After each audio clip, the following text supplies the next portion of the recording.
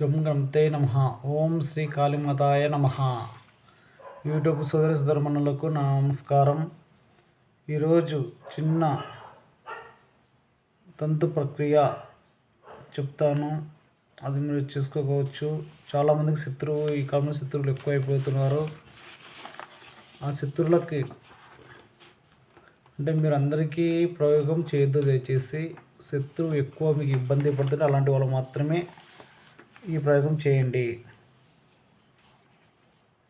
శ్మశానంలో ఒక పుర్రె అంటే మనిషి పాతిపోయిన తర్వాత మళ్ళీ వేరే మనిషి తోలినప్పుడు అదే పుర్రెని పడేస్తారు బయటికి. అట్లా పుర్రె తెచ్చుకొని తెల్ల సాసులు అంటే తెల్ల ఆవాలు, దాంట్లోన తెల్ల సాసులు తెల్ల ఆవాలు కాల్చి బూడిద చేసి దాంట్లోనే గౌరీ పాసాయనం దొరుకుతుంది షాప్లో. గౌరీ పాసాయనం పొడి అయినా పర్వాలేదు. అది దొరకని ఎడల శ్మశాన వాటికి భస్మం అయినా పర్వాలేదు. ఆ రెండిట్లో ఒకటి కలిపి శత్రువు ఇంటి పైన ఆదివారం రోజైనా పర్వాలేదు, మంగళవారం అయినా పర్వాలేదు, అమావాస్య, పౌర్ణమి, అష్టమి తిథిలో అయినా పర్వాలేదు, ఈ బూడిద కలుపుకొని వాళ్ళ ఇంటి పైన కరెక్ట్ మధ్యాహ్నం 12 గంటల సమయంలో అయినా పర్వాలేదు, నైట్ 12 గంటలైన సమయమైనా పర్వాలేదు. ఆ సమయంలోన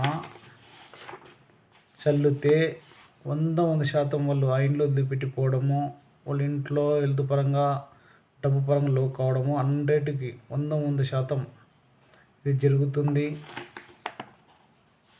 ఇది ఎలా చేయాలంటే ఒక పుర్రెలోన తెల్ల ఆవాలు కానీ తెల్ల సాసులు రెండు ఒకటి, తెల్ల ఆవాలని వేసి చూసిన భస్మమైనా పర్వాలేదు, లేదు అంటే గౌరీ పాశాన్ని దొరుకుతుంది అప్పుడైనా పర్వాలేదు. ఆ రెండు కలిపి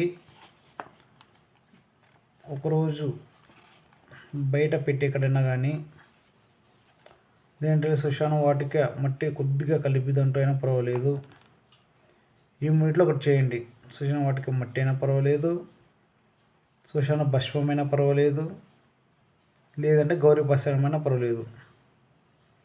ఈ మూడిట్లో ఒక వస్తువు కలిపి ఆదివారమైనా, మంగళవారమైనా, అమావాస్య, పౌర్ణమైనా ఈ 4 తిథుల్లో ఎప్పుడైనా కానీ శత్రువు ఇంటి పైన వేయచ్చు. చిన్న మంత్రం అంతే. దాంట్లో చిన్న మంత్రం 25 సార్లు మాత్రమే చదవాలి. ఆ మంత్రం చెప్తా వినండి.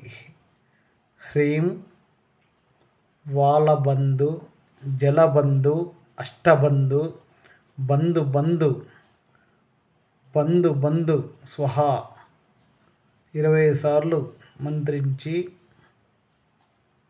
వాళ్ళ ఇంటిపైన చల్లితే చాలు, 100% పనిచేస్తుంది. ఇది తాంత్రిక విద్య చేసే వాళ్ళకి తొందరగా సిద్ధిస్తుంది మంత్రము. ఈ మంత్రం ఫస్ట్ 100 నిమిషాలు సిద్ధి చేసుకొని నెక్స్ట్కి 25 సార్లు చదివితే 100% పనిచేస్తుంది. ఓం కాళీమాతాయ స్వహ.